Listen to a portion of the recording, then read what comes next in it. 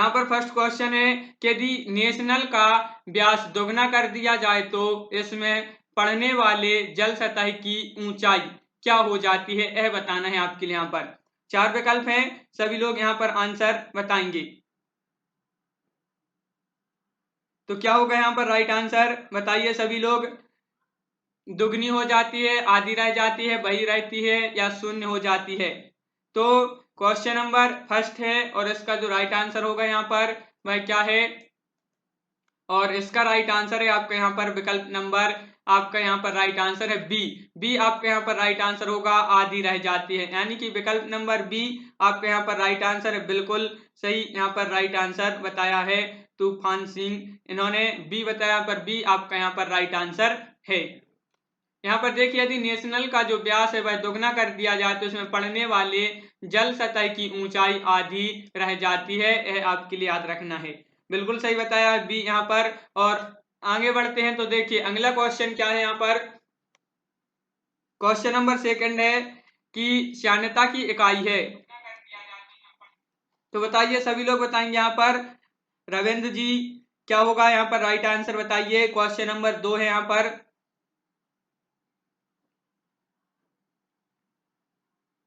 बिल्कुल सही, हाँ। तो श्यानता की इकाई है, तो 4 विकल्प हैं आपके सामने, और क्वेश्चन नंबर 2 का यहाँ पर जो राइट आंसर होगा वह क्या है, श्यानता की इकाई है। तो श्यानता की इकाई है आपके यहाँ पर विकल्प नंबर 1 राइट आंसर है। एक आपका यहाँ पर राइट आंसर होगा प्याविज आपका यहाँ पर सही आंसर। विकल्प नंबर 1 बिल्कुल सही बताया है, सक्षम। विकल्प नंबर 1 आपका यहाँ पर राइट आंसर होगा। यहाँ पर श्यानता की इकाई प्याइज जो है, इसको आपके लिए याद रखना है। अगला क्वेश्चन है, जब दो भिन्न भिन्न व्यास के केश नलियों को किसी द्रव्य में ऊर्ध्वाधर डुबोने पर चढ़े द्रव्य की ऊंचाई बताना है। यहाँ पर क्या होगी, दोनों केश नलियों में अधिक होगी, या अधिक व्यास वाली केश नली में अधिक होगी, या कम व्यास वाली केश नली में अधिक होगी, या जल के द्रव्यमान पर निर्भर करता है। इस प्रकार क्वेश्चन नंबर 3 का यहाँ पर सभी लोग राइट आंसर बताएंगे। जासमिन जी, राखी जी, क्या होगा इसका राइट आंसर। शुभम मिश्रा जी, बताइए सभी लोग। क्वेश्चन नंबर 3 है और इसका आंसर आप सभी को बताना है। यहाँ पर क्या होगा इसका राइट आंसर। तो इसका यहाँ पर जो राइट आंसर है वह है आपका क्या है, विकल्प नंबर सी आपका यहाँ पर राइट आंसर होगा। विकल्प नंबर सी, कम व्यास वाली केश नलियों में अधिक होगी। यह आपका जो विकल्प नंबर सी है बिल्कुल सही बताया यहाँ पर, विकल्प नंबर सी आपका राइट आंसर है। अगला क्वेश्चन है यहाँ पर क्वेश्चन नंबर 4। देखिए क्या है क्वेश्चन नंबर 4 कि लैंप की बत्ती में तेल किसके कारण ऊपर उठता है। मोस्ट इंपोर्टेंट क्वेश्चन है, बताइए क्या होगा इसका राइट आंसर, सभी लोग बताएंगे। क्वेश्चन नंबर 4 है यहाँ पर। क्वेश्चन नंबर 4 कि लैंप की बत्ती में तेल किसके कारण ऊपर उठता है। तो किसके कारण होता है, दाब अंतर, या केश के घटना, या तेल की कम श्यानता, या तेल में कार्बोक्सिलिक जो समूह है इसके कारण। तो क्वेश्चन नंबर 4 है इसका, और जो इसका राइट आंसर है वह है विकल्प नंबर बी आपका यहाँ पर राइट आंसर होगा। क्या है कि इसकी घटना आपका यहाँ पर राइट आंसर है। विकल्प नंबर बी बिल्कुल सही बताया यहाँ पर, बी आपका राइट आंसर है, बी बिल्कुल सही। और अगला क्वेश्चन है क्या है, पानी में लोहे की सुई डूब जाती है लेकिन जहाज तैरता रहता है, यह किस सिद्धांत पर आधारित है। मोस्ट इंपोर्टेंट क्वेश्चन है, बताइए क्वेश्चन नंबर 5 का राइट आंसर। सभी लोग बताएंगे यहाँ पर क्या होगा क्वेश्चन नंबर 5 का यहाँ पर राइट आंसर। क्या है राइट आंसर, सभी लोग बताएं यहाँ पर। क्वेश्चन नंबर 5 है यहाँ पर कि पानी में लोहे की सुई डूब जाती लेकिन जो जहाज रहता है वह तैरता है, एक सिद्धांत पर आधारित है। और इसका जो आपका यहाँ पर राइट आंसर होगा वह क्या है, आप लोगों को कमेंट में बताना है, तो जरूर सभी लोग बताएं। और इसका जो राइट आंसर है वह है आपका विकल्प नंबर बी आपका राइट आंसर होगा। विकल्प नंबर बी यहाँ पर जिन्होंने बताया है उनका राइट आंसर है, बिल्कुल सभी लोगों ने यहाँ पर बी बताया है कि आर्किमिडीज का जो सिद्धांत है इस जो है इस पर आधारित है। विकल्प नंबर बी आपका यहाँ पर राइट आंसर है। पानी में लोहे की सुई डूब जाती है लेकिन जहाज तैरता है, यह आर्किमिडीज के सिद्धांत पर आधारित है। अगला क्वेश्चन है कि आर्किमिडीज का नियम निम्नलिखित में से किससे संबंधित है, यह बताना है आपके लिए। बताइए तो क्वेश्चन नंबर 6 का राइट आंसर। क्वेश्चन नंबर 6 का राइट आंसर बताओ क्या होगा। यहाँ पर 4 विकल्प हैं आपके सामने, सभी लोग बताएंगे कि आर्किमिडीज का जो नियम है यह निम्नलिखित में से किससे संबंधित है। तो किससे संबंधित है, तो यहाँ पर आपका जो राइट आंसर होगा क्वेश्चन नंबर 6 का, वह है आपका विकल्प नंबर 1 पिलवन का नियम। पिलवन का नियम आपके यहाँ पर सही आंसर है, पिलवन के नियम से संबंधित है, यह आपके लिए याद रखना है। विकल्प नंबर 1 बिल्कुल सभी लोगों ने यहाँ पर ए बताया है, बिल्कुल सही, ए आपका यहाँ पर राइट आंसर है। देखिए पिलवन का नियम संतुलित अवस्था में तैरने पर वस्तु अपने भार के बराबर द्रव्य विस्थापित करती है। ठोस का गुरुत्व केंद्र तथा हटाए गए द्रव्य का गुरुत्व केंद्र एक ही ऊर्ध्वाधर रेखा में होना चाहिए। घनत्व, द्रव्यमान या आयतन, इसका एसआई मात्रक जो है किलोमीटर किलोग्राम मीटर 3 होता है, यह आपके लिए याद रखना है। और अगला क्वेश्चन यहाँ पर क्या है, क्वेश्चन नंबर 7 कि जब कोई वस्तु किसी द्रव्य में पूर्णतः या आंशिक रूप से डुबोई जाती है तो उसके भार में कुछ कमी प्रतीत होती है तथा उसके भार में आभासी कमी उस वस्तु के द्वारा हटाए गए द्रव्य के भार के बराबर होती है। यह सिद्धांत है, यह बताना है आपके लिए किसका यह सिद्धांत है। बताइए क्वेश्चन नंबर 7 का यहाँ पर सभी लोग राइट आंसर क्या होगा। क्वेश्चन नंबर 7 का राइट आंसर संजय जी, रविंद्र जी, गौरव जी, क्या है इसका राइट आंसर क्वेश्चन नंबर 7।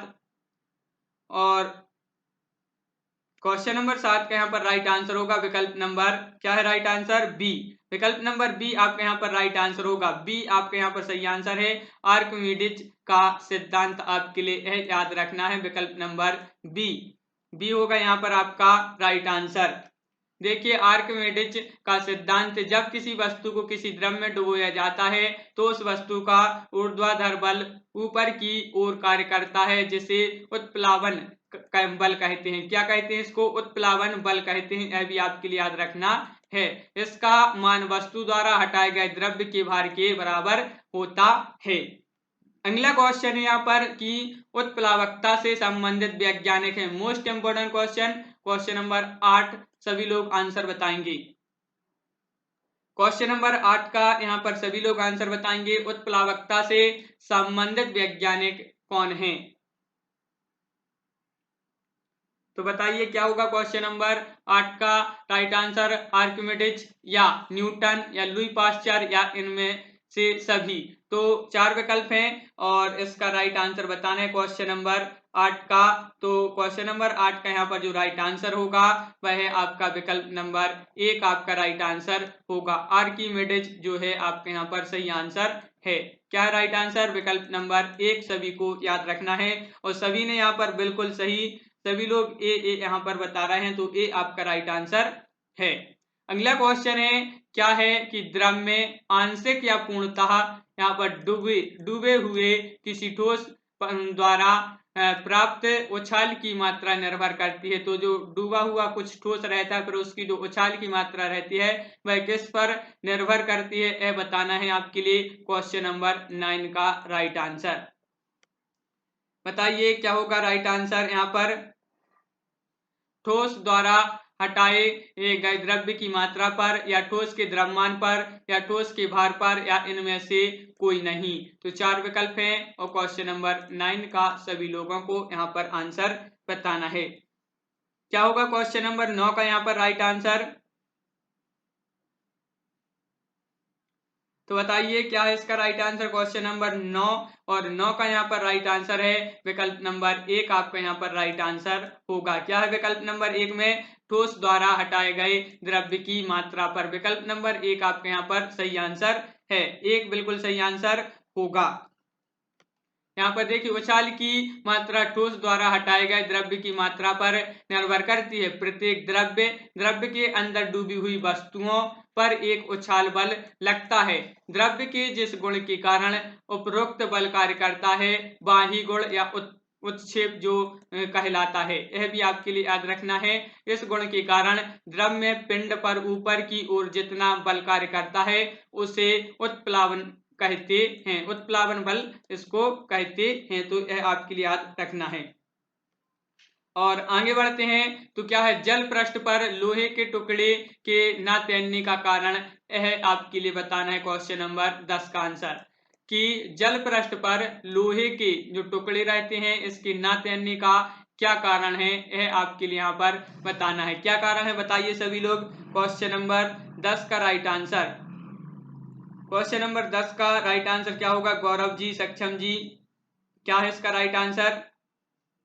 लोहे पर विस्थापित जल का भार लोहे के भार से कम होता है, या लोहे पर विस्थापित जल का भार लोहे के भार से अधिक होता है, या लोहे द्वारा विस्थापित जल का भार लोहे के भार के बराबर होता है, या यह जल का विस्थापन नहीं करता है। तो क्वेश्चन नंबर 10 का यहाँ पर सभी लोग आंसर बताएंगे। तो इसका राइट आंसर क्या है क्वेश्चन नंबर 10 का। तो इसका यहाँ पर जो राइट आंसर है वह है आपका क्या है, विकल्प नंबर 1 आपका यहाँ पर राइट आंसर होगा। विकल्प नंबर 1 बिल्कुल सभी लोग यहाँ पर ए बता रहे हैं, ये होगा आपका यहाँ पर राइट आंसर। क्या है, लोहे द्वारा विस्थापित जल का भार लोहे के भार से कम होता है, यह आपके लिए याद रखना है, विकल्प नंबर 1।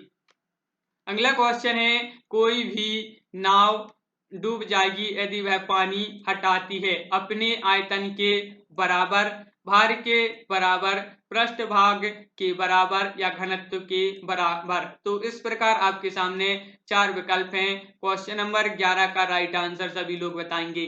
क्या होगा क्वेश्चन नंबर 11 का राइट आंसर,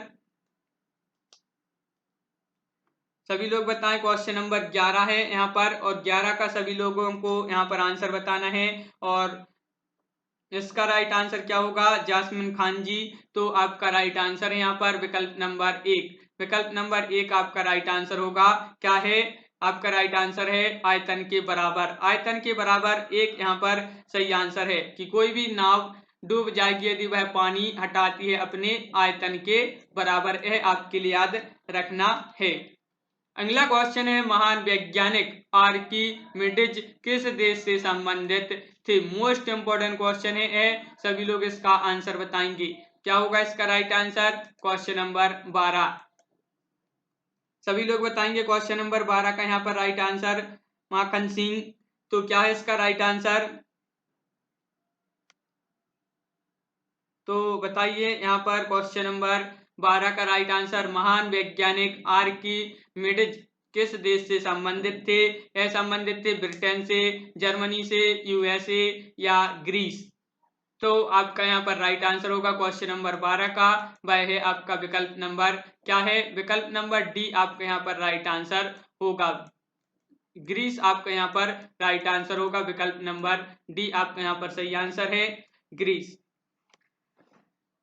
अगला क्वेश्चन है कि पानी की बूंदों का जो तैलीय पृष्ठ पर न चमकने का कारण बताना है, क्या कारण है। तो क्वेश्चन नंबर 13 का सभी लोग आंसर बताएंगे।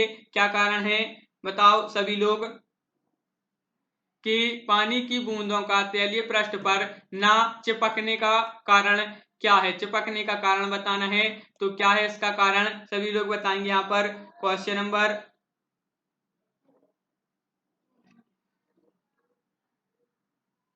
हाँ, तो बताइए क्या राइट आंसर।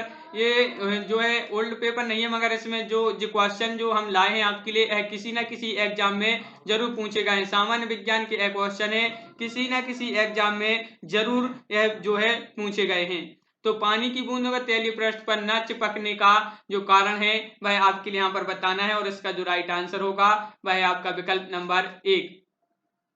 विकल्प नंबर 1 आपका राइट आंसर होगा, विकल्प नंबर 1 असंजक बल का अभाव है आपका विकल्प नंबर 1 जो है राइट आंसर होगा। यहाँ पर देखिए पानी के अणुओं के बीच ससंजक बल पानी तथा तेल के अणुओं के बीच लगने वाला असंजक बल से अधिक होने के कारण पानी की बूंदें तैलीय पृष्ठ पर नहीं चिपकती हैं। यह आपके लिए जो है याद रखना है। अगला क्वेश्चन है तुल्यकारी उपग्रह घूमता है पृथ्वी के गिर्द पूर्व से पश्चिम या पश्चिम से पूर्व, उत्तर से दक्षिण या दक्षिण से उत्तर। तो यह आपके लिए आंसर बताना है। क्वेश्चन नंबर जो 14 है यहाँ पर इसका राइट आंसर सभी लोग बताएंगे। तो पूजा जी, रविंद्र जी, आरती जी, इसका राइट आंसर क्या होगा? क्वेश्चन नंबर 14 है यहाँ पर 14, तो इसका राइट आंसर सभी लोग बताएं। तो क्या होगा इसका राइट आंसर? हाँ बिल्कुल। और बहुत सारे जो है इसके ओल्ड पेपर की वीडियो आपके लिए यूट्यूब चैनल प्लेलिस्ट में ओल्ड पेपर आप डालोगे जिल प्रेरी ओल्ड पेपर 2018, तो बहुत सारे उसमें सभी विषयों के ओल्ड पेपर मिल जाएंगे। यूट्यूब की प्लेलिस्ट में बनी है एक अलग से ओल्ड पेपर की, तो वहां से आप देख सकते हैं उनको ओल्ड पेपर की वीडियो को। और इसका जो राइट आंसर है वह है आपका विकल्प नंबर बी कि पश्चिम से पूर्व। आपका यहाँ पर बी जिन्होंने नहीं बताया उनका राइट आंसर है तुल्यकारी उपग्रह घूमता है पृथ्वी के गिर्द पश्चिम से पूर्व। यह आपके लिए याद रखना है।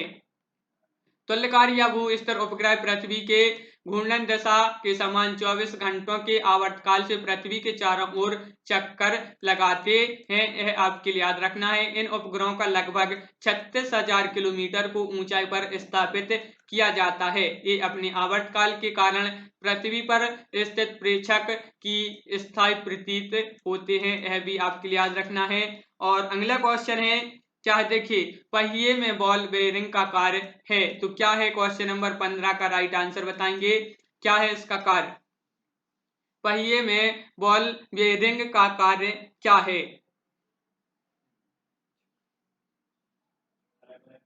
तो बताइए क्वेश्चन नंबर 15 का राइट आंसर सभी लोग बताएंगे। संजय जी, नितिन जी, तो भावना जी, क्या है इसका राइट आंसर क्वेश्चन नंबर 15 का?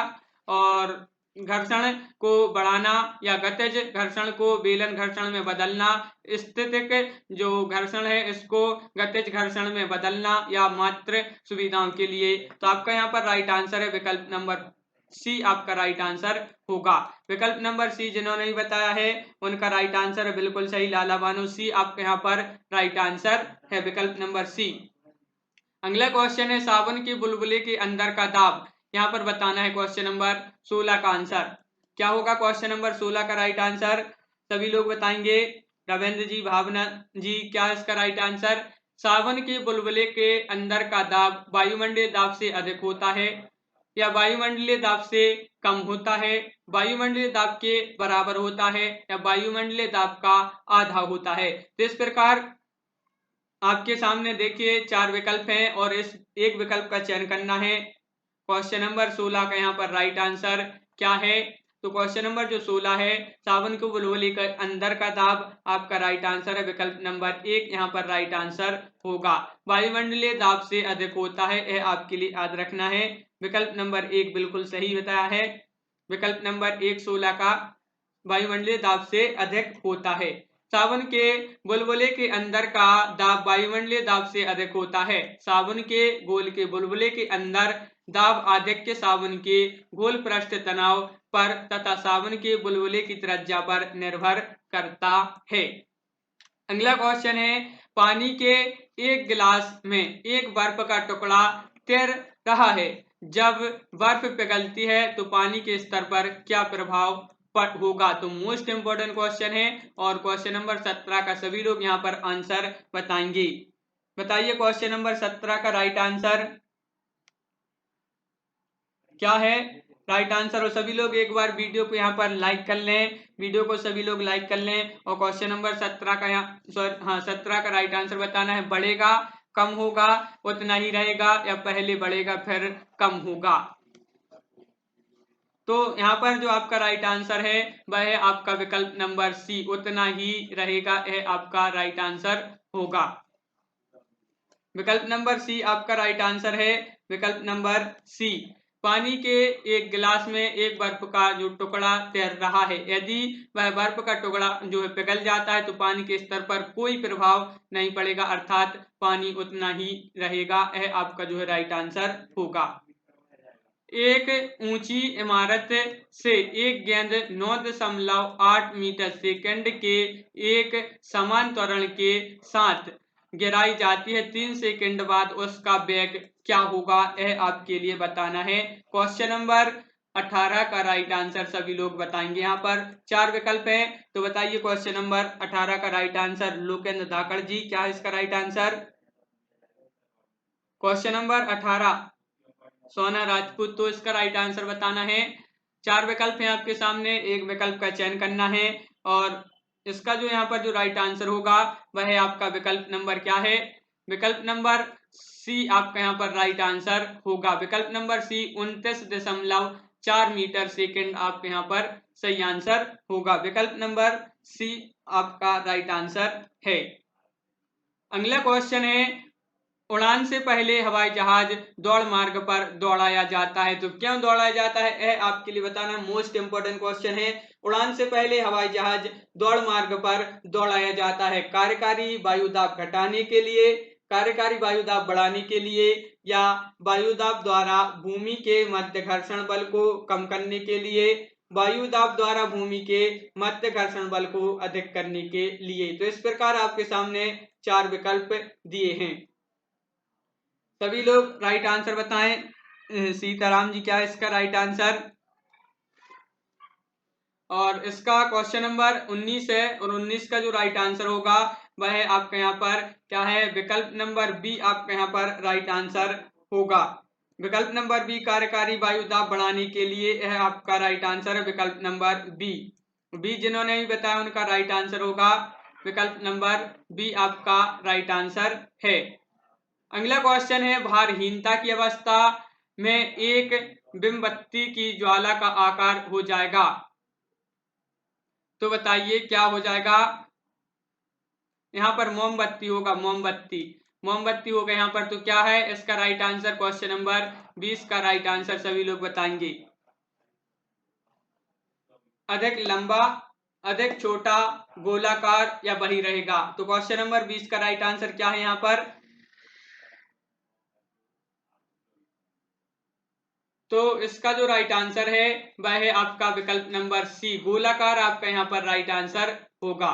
क्या राइट आंसर? गोलाकार। विकल्प नंबर सी जिन्होंने भी यहाँ पर बताया है उनका राइट आंसर है विकल्प नंबर सी आपका यहाँ पर राइट आंसर है। देखिए यहाँ पर भारहीनता की अवस्था में एक मोमबत्ती की ज्वाला का आकार गोल हो जाएगा।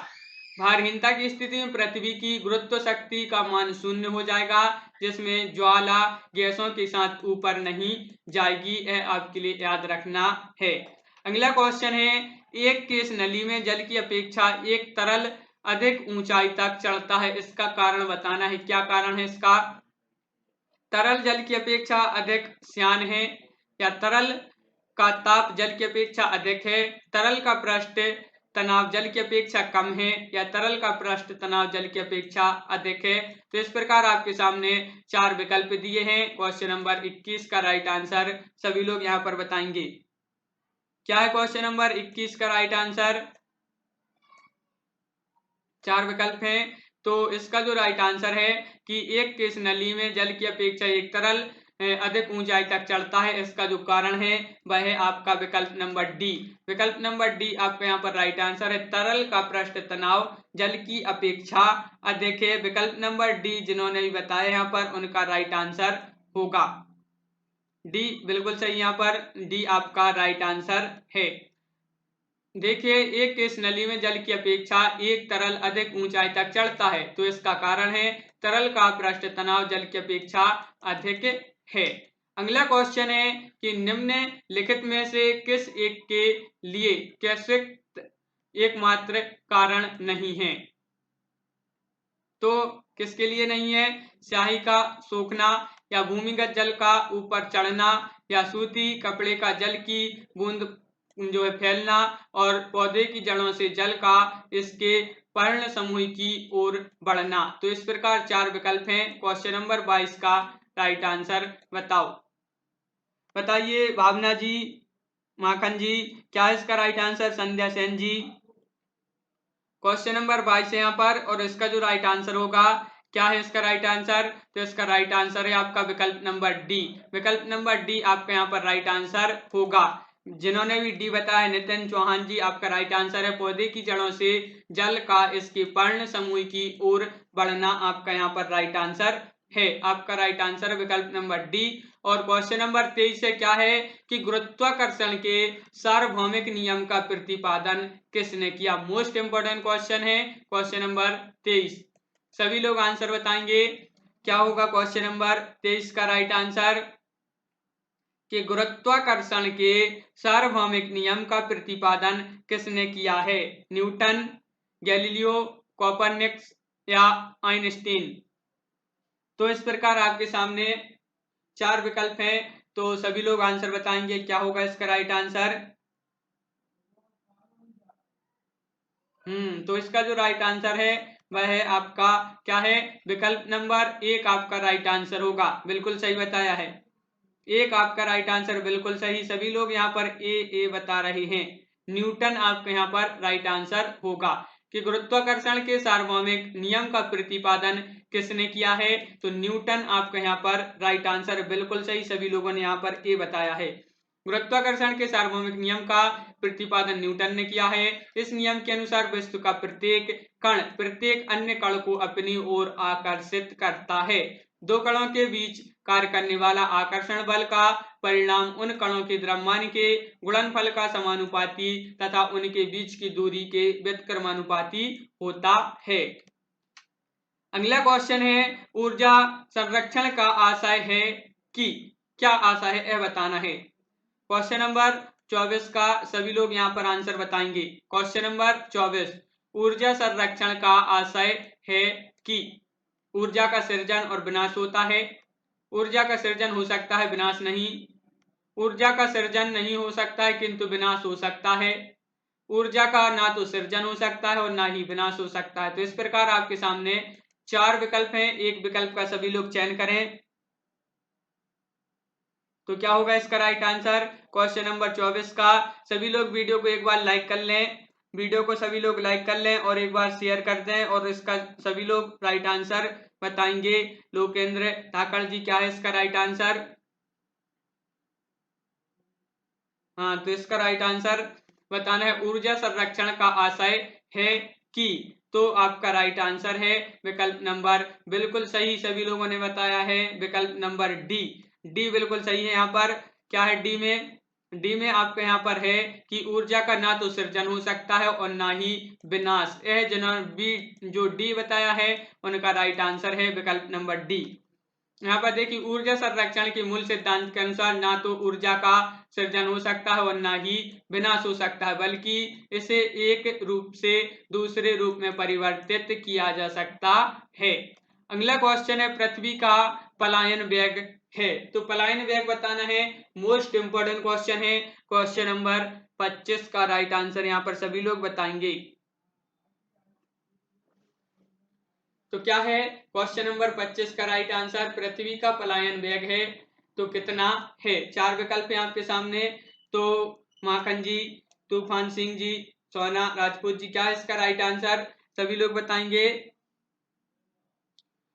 तो क्वेश्चन नंबर 25 का यहाँ पर राइट आंसर है कि पृथ्वी का पलायन वेग है, तो आपका राइट आंसर है विकल्प नंबर यहाँ पर डी राइट आंसर होगा। डी बताया जिन्होंने उनका राइट आंसर है, बिल्कुल सही। 11.2 किलोमीटर सेकंड है आपके लिए याद रखना है। विकल्प नंबर डी होगा यहाँ पर राइट आंसर, डी। देखिए, यहाँ पर पृथ्वी की गुरुत्वाकर्षण शक्ति से बाहर जाने के लिए जिस वेग की आवश्यकता होती है उसे पलायन वेग कहते हैं। मोस्ट इंपोर्टेंट क्वेश्चन है। अब यहाँ से आपका क्वेश्चन बन सकता है कि पलायन वेग किसे कहते हैं, तो आप क्या लिखोगी? पलायन वेग किसे कहते हैं? तो आपका राइट आंसर होगा कि पृथ्वी की गुरुत्वाकर्षण शक्ति से बाहर जाने के लिए जिस वेग की आवश्यकता होती है उसे पलायन वेग कहते हैं। इसके जो है पृथ्वी के लिए इसका मान जो है 11.2 किलोमीटर सेकंड आपके लिए याद रखना है, बिल्कुल सही। और पास्कल इकाई है, बिल्कुल सही लोकेंद्र दाकड़ जी। तो अब इसका आंसर बताएं कि पास्कल इकाई है तो क्या होगा राइट आंसर? आर्द्रता की, दाब की, वर्षा की या तापमान की? क्वेश्चन नंबर 26 का राइट आंसर बताएंगे,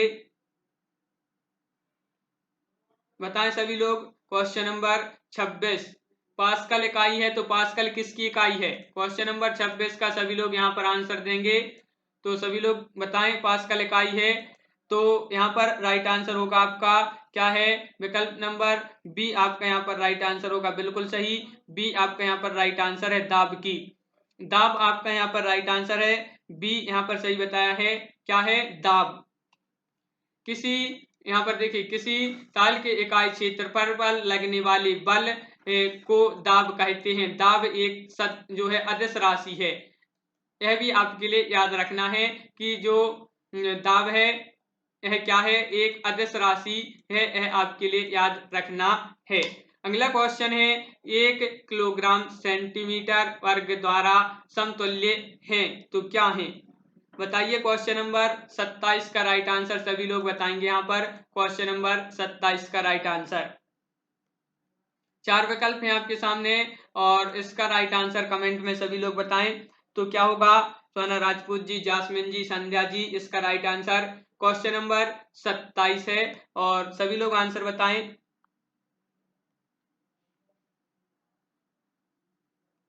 और इसका राइट आंसर यहाँ पर होगा क्वेश्चन नंबर 27 का, वह है आपका विकल्प नंबर बी आपका यहाँ पर राइट आंसर है। क्या है? बी 1.0 बार आपका यहाँ पर राइट आंसर होगा। यह आपका राइट आंसर है विकल्प नंबर बी। बी आपका यहाँ पर सही आंसर होगा। अगला क्वेश्चन है क्यूसेक से क्या मापा जाता है? क्यूसेक का बताना है यहाँ पर। तो संजय सोलंकी, तो बताइए संजय सोलंकी जी, इसका राइट आंसर क्या होगा कि क्यूसेक से क्या मापा जाता है? जल की शुद्धता, जल की गहराई या जल का बहाव या जल की मात्रा? क्वेश्चन नंबर 28 का सभी लोग यहाँ पर आंसर बताएंगे। क्या होगा क्वेश्चन नंबर 28 का राइट आंसर? क्यूसेक से क्या मापा जाता है? तो क्वेश्चन नंबर 28 का आपका राइट आंसर होगा विकल्प नंबर सी। बिल्कुल सही बताया यहाँ पर लोकेंद्र जी ने, जल का बहाव। जल का बहाव आपका यहाँ पर राइट आंसर होगा विकल्प नंबर सी। सी आपका राइट आंसर है और क्यूसेक के द्वारा किसी जल का बहाव मापा जाता है, यह आपके लिए याद रखना है। अगला क्वेश्चन है किसी पिंड का भार, बताइए क्या होगा इसका राइट आंसर? क्वेश्चन नंबर 29 है किसी पिंड का भार पृथ्वी तल पर सब जगह समान होता है या ध्रुवों पर सर्वाधिक होता है, विषुवत रेखा पर अधिक होता है, मैदानों की अपेक्षा पहाड़ों पर अधिक होता है? तो किसी पिंड का भार कहां पर होता है तो यह बताना है आपके लिए क्वेश्चन नंबर 29। तो संजय जी, जासमिन जी और जो है रविंद्र जी बताइए क्या होगा इसका राइट आंसर?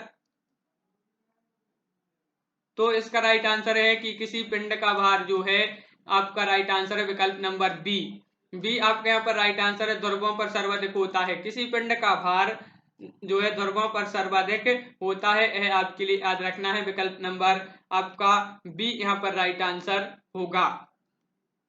यहाँ पर देखिए किसी वस्तु का भार सर्वाधिक ध्रुवों पर होता है क्योंकि ध्रुवों पर गुरुत्वीय त्वरण का मान सर्वाधिक होता है जबकि विषुवत रेखा पर न्यूनतम होता है। यह भी आपके लिए याद रखना है। अगला क्वेश्चन नहीं है आज की वीडियो में, बस इतना ही, इतने ही क्वेश्चन लिए थे। तो सभी लोग वीडियो को एक बार लाइक कर लें, वीडियो को सभी लोग लाइक कर लें।